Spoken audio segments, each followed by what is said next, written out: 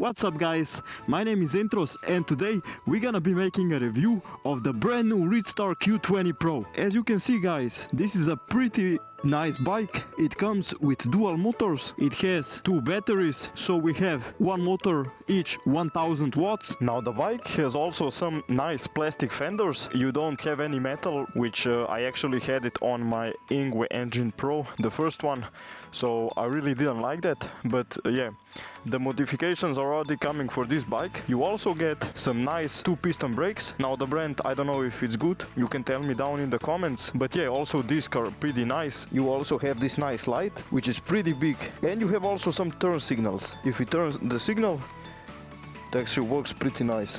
Now on this side you can also see we have a nice LCD display which can show you how many miles you already made, what's the actual speed right now, and which gear are you in. Now guys, I'm gonna show you how to actually turn on the bike, because I have seen a lot of people don't know how to actually turn on the bike, because it's a quite procedure. As you see on this side you have this red button. Now if this red button is not fully pressed in, that's gonna deactivate the rear motor. So the rear motor is connected to this red button. So if you press it, now it won't actually spin. And on this side you have on and off. If you go put it on off, that means that the front motor, so front engine, is not gonna spin. On this side you have also a horn and turn signals. Now I'm gonna show you guys how to actually turn on the bike. So you come here, and remember, the first thing you need to know is that the battery on the far right is the main battery. So that means that if this battery dies on you, then the scooter will actually not drive anymore, and this is no problem because you can actually replace it with this one. You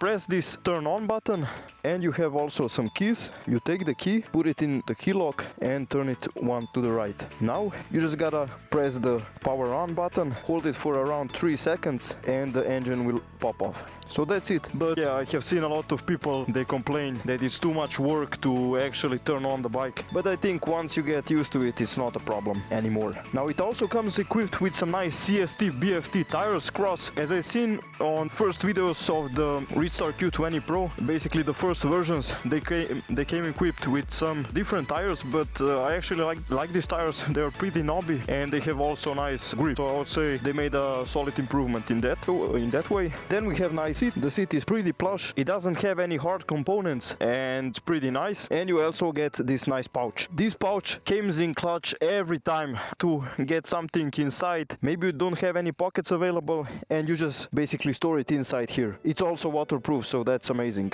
And while we are on the topic of waterproof, this whole bike is IP65 resistant, so it's actually waterproof, so you can ride it in the rain also. But first time I actually saw this scooter, I was like, how is it waterproof? You have the batteries outside, but yeah, it's pretty secure, I would say that. Now I think it's time to go for a drive. I'm gonna show you how it drives in different modes, and also how the light works, and also how the lighting system is on this bike. As you can see, today is a beautiful day. It's gonna be perfect for reviewing this amazing bike. The handlebars are pretty nice. Right now we are actually driving in single battery mode, so the rear motor only is working and the front one is not. As you can see, the speed goes nicely. So right now we're gonna check each mode how much it goes kilometers per hour. So we're gonna start on the first mode, and we are talking single battery. So the mode number 1 goes around 17 kilometers per hour. Let's go to number 2.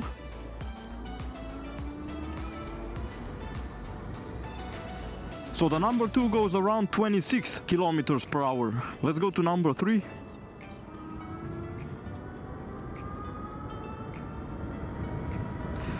So number 3 goes around 35 kilometers per hour. Let's go to number 4.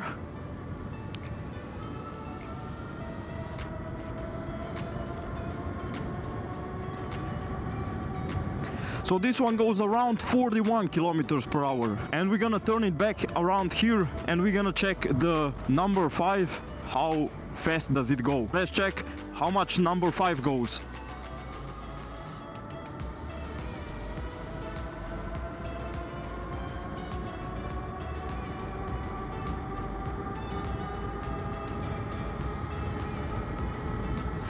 So number 5 goes around 60 kilometers per hour. So that's pretty nice. It definitely has the power. Now we also gonna check also with the dual battery how fast do we go from 0 to 60. And now we have front motor and rear motor in the works. So let's get it. So 0 to 60 kilometers per hour.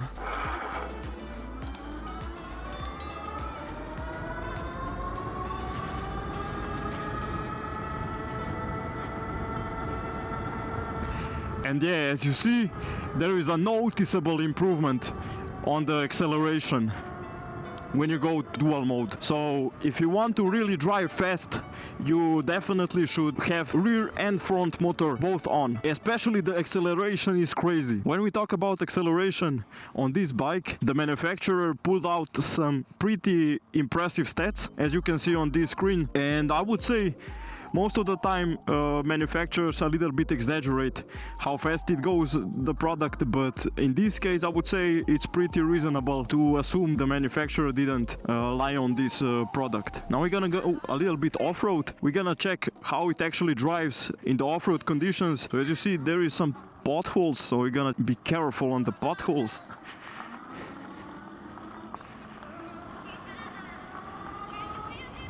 As you can see, here is a pretty light off-road conditions, nothing special, but yeah, these fat tires help tremendously, especially on this rocky terrain. You can practically drive like a tank on these roads because it has so much power, and these fat tires are perfect for this type of off-road conditions. Now I would say I actually tried it a little bit going into like woods and some sketchy places. I must say right now, as it is with these forks and the rear shock, I would say it's not that amazing for actual, like if you want to drive it like MTB bike. So you're gonna have to buy something like Suron style, because this style, at least right now with these forks and shocks, it's not that good, because the shocks are pretty light for this type of conditions. But if you get some nice rear shock and also front forks that are actually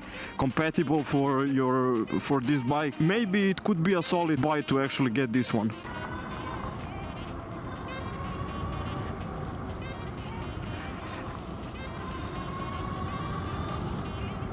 It picks up the speed very nicely. But you gotta watch out the potholes. The potholes are crazy, man. Especially here.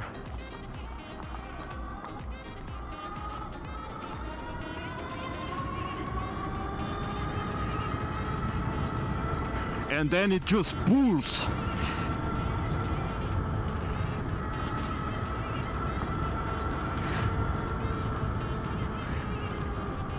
Now I can definitely feel it, that it has even more power than just 60 kilometers per hour, but I think this is limited just to controller. So if any of you guys have this bike and maybe changed the controller on this bike, please message down in the comments which controller do I actually have to buy to make it even faster, because I know that this bike has a lot of more power and juice in it to go like 70, 75, 80, because you can feel it just electronically limits it to 60 kilometers per hour, so you have no way to actually use the full power of the bike. So if you have any recommendations in the comments down below, please tell me. I've seen some people on the internet telling me that this bike is not usable if you ran out of batteries, and then it's basically you can't pedal it. But as you can see, in number 3 we are going around 17 kilometers per hour, and I would say it's pretty usable also if you don't have the battery left that you can pedal it. So I don't know what other people are talking about. But as you can see, the pedals itself are weirdly made. Pedals are going up fairly well. So if you're taller than 185 centimeters, I would say this bike is definitely not for you, especially for pedaling, because it's gonna be hard for pedaling. Now we're talking the acceleration from 0 to, I would say, 40 kilometers per hour is insane. but then it just kinda basically uses only the rear motor. Then I would say it's not that good on the top speed. The top speed definitely can be improved. Gotta get the new controller, because this controller only allows you to go 60 kilometers per hour. You just gotta watch out for the potholes, because this bike is not that good with the potholes. Once or twice, something like that on, let's say, some forest driving, or maybe like we did the off-road type of driving, it's no problem. But when you give it actual hard conditions for like MTB bikes, this is not gonna cut it. Now I have found out very interesting things about this bike also. The brake pads are barely rubbing on the brake disc, so we're gonna check why is that. I think this is the problem, this spacer. We're gonna have to, I don't know, buy a new one or something like that. But on the rear side you can actually see that the disc is rubbing nicely, and the spacers are properly aligned. And yeah guys, that's gonna be it for this video. Hope you enjoyed this video. There is more reviews coming, so stay tuned. I'm gonna see you guys in the next video. Bye.